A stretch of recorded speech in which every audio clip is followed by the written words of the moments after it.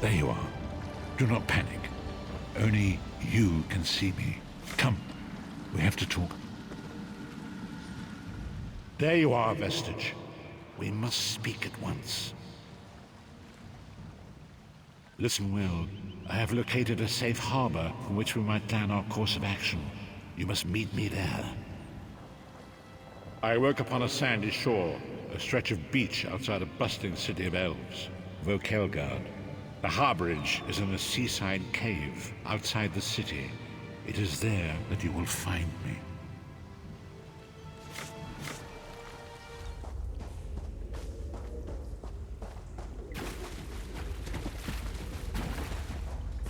I hear familiar footfalls. Come closer, Vestige.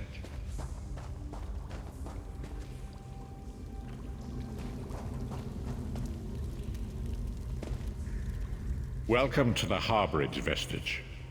This is as comfortable a home as an old dried-up husk like myself could hope for. Despite my blindness, nay, because of it, my other senses seem to have heightened. This place had the right smell about it. Indeed, but let us not get ahead of ourselves. Without an understanding of where we are bound, every road will get us nowhere. Before we truly understand our destination, we must speak of the past. Of a sort. I invite you to enter my mind and walk with me through visions of the past, that you might understand the events that brought us to this time, this moment. Enter my mind, Vestige, and walk with me through the shadows of past events.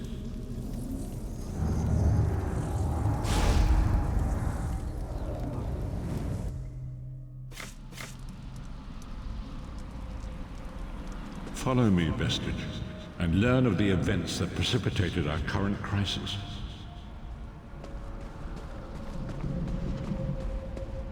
My part in the story began when I awoke on the steps of the Abbey of the Moth Priests, with no memory of my prior life.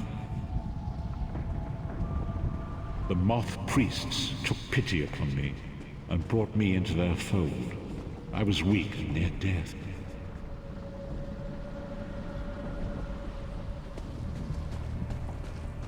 It was there I first set eyes upon the Elder Scrolls and devoted my life to their study.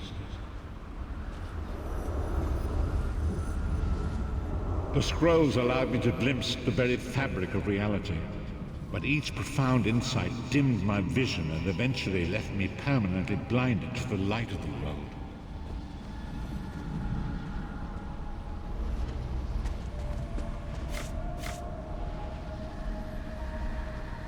The prophecies of the Elder Scrolls are a fluid, living thing. They are not fixed. At many points throughout history, the actions of heroic mortals have rewritten them. I only know that you are important, Vestige. The scrolls reveal to me that your destiny is intertwined with that of the Five Companions. The Five Companions were a band of adventurers who sought out an ancient artifact called the Amulet of Kings. They hoped to use this artifact to persuade Akatosh, the dragon god, to accept their leader as one of the Dragonborn. The Dragonborn are mortals destined for greatness, with the blood of the dragons in their veins. It is said that only a true Dragonborn can ignite the eternal dragon fires in the Imperial City. Varen Aquilarius, the son of Colovian Duke, who led a rebellion against the Emperor Leovic and took the crown himself. Alas, Varen was not truly a Dragonborn, as those who sit upon the ruby throne must be, in accordance with tradition. You have already heard enough babbling from this old blind fool. It is time you met the Five Companions yourself and witnessed their fate.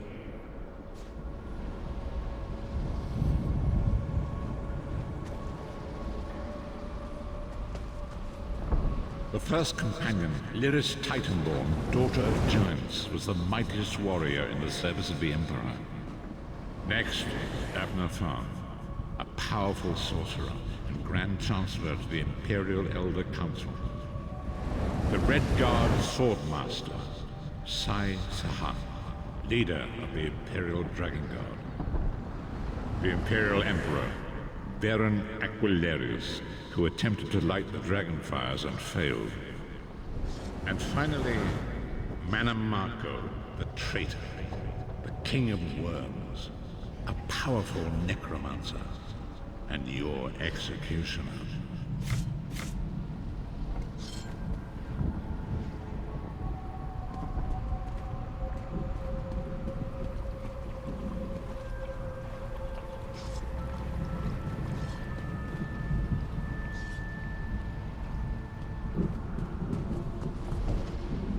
These were the 5 companions who set out from the Imperial City on an epic quest to recover the lost Amulet of Kings.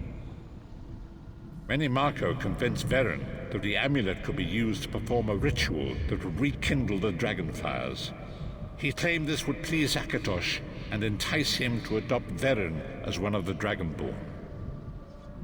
By tradition, only the Dragonborn can lay claim to the Ruby Throne and rule as the one true Emperor by divine right. Varen conquered Cyrodiil and took the throne, but unless he became Dragonborn, he feared he'd always be thought of as a pretender.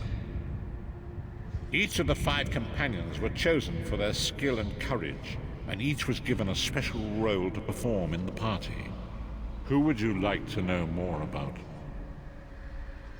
You've already met Lyris. She's a Nord warrior from the frozen lands of Skyrim to the north, and it is said that her family lineage contains the blood of giants. Varen chose her for her strength and her loyalty to be his personal bodyguard. Sai Sahan came from a long line of Red Guard swordmaster nobles. He was the leader of the Dragon Guard, the security detail of Varen and the Elder Council. While Lyris was Varen's bodyguard, Sai was charged with protecting the entire group. The Therns are one of the most influential families in Cyrodiil. Abner, their patriarch, is the leader of the Elder Council, a powerful battle mage and a shrewd politician. With his council, Varen was able to seize the Imperial throne years before. Manamako the traitor, the great enemy, the most powerful necromancer this world has ever known. His worm cult infiltrates and corrupts every corner of Tamriel. It was he who convinced Varen to perform the ritual you are about to witness. Disaster, war, and pestilence. A world brought to its knees. Now watch and see how one man's arrogance brought about the greatest threat our world has ever known.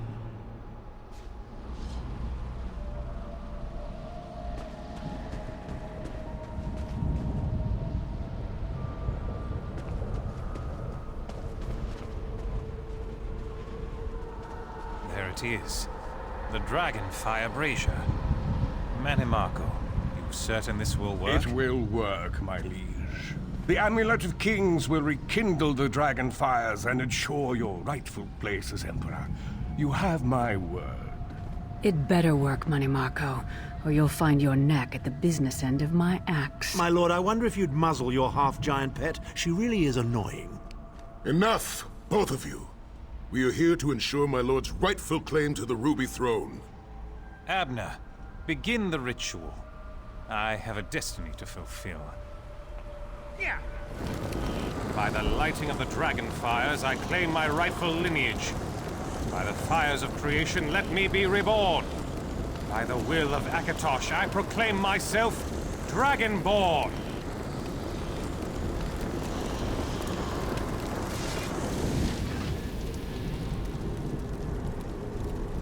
Baron Aquilarius, you are no heir to Alesia. You will pay for your sacrilege. The veil between Tamriel and Oblivion tears and splits asunder. What's happening? The sky's opening up. This is bad. This is very bad. Ah! This isn't supposed to happen. What's the meaning of this? Manamako, what have you done? Gullible fools! The veil between Oblivion and this world has been torn.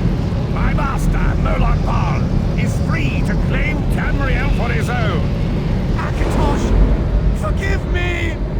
Have mercy on our souls!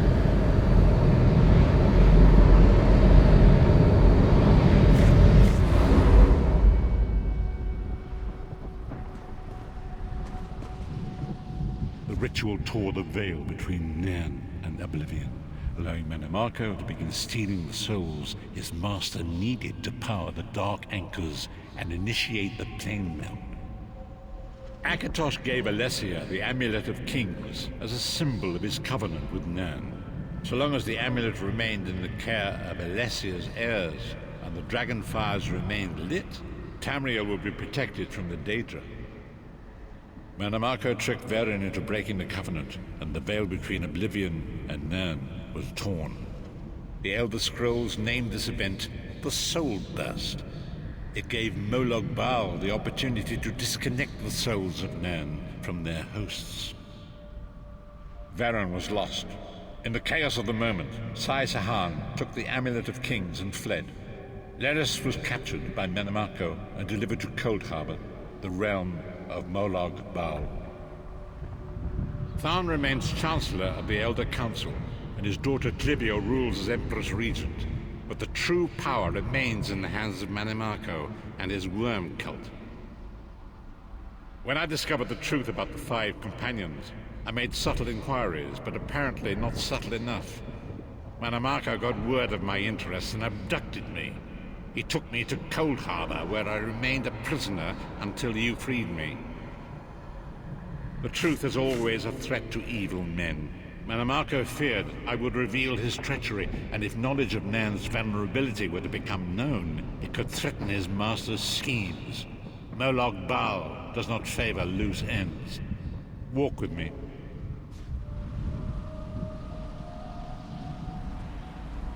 Long ago it was written, so long as the Amulet of Kings was borne by Alessia's heirs, Tamriel would be protected from the forces of Oblivion.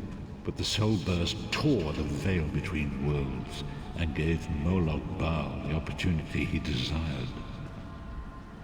Molag Bal's dark anchors pierced the torn veil and seemed to draw near into the depths of Cold Harbor. These terrible engines of destruction flowed throughout Tamriel.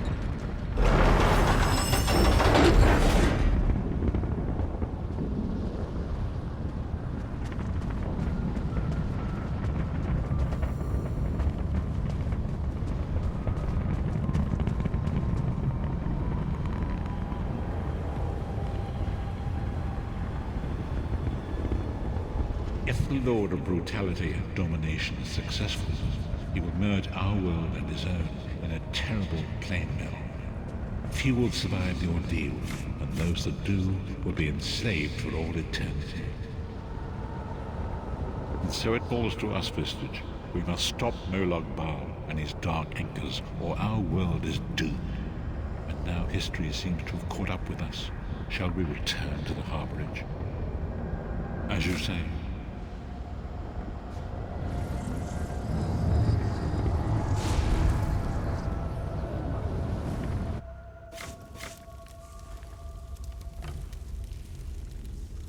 And so it begins. The remainder of the story has yet to be written. It is your story now. And there is so much to do. But know this, you will not walk this path alone. We must grow in strength and in numbers. You will need more than the company of an old blind man to alter the course of history. We must assemble our own group of companions. The first you have already met. Lyris sacrificed her own freedom to allow us to escape. She remains a prisoner in Cold Harbor. I must determine her precise location if we are to mount a rescue. That will take time. Manimarco's agents leave a web of lies and deceit. They pit the races of Tamriel against one another and divert their attention from the real threat.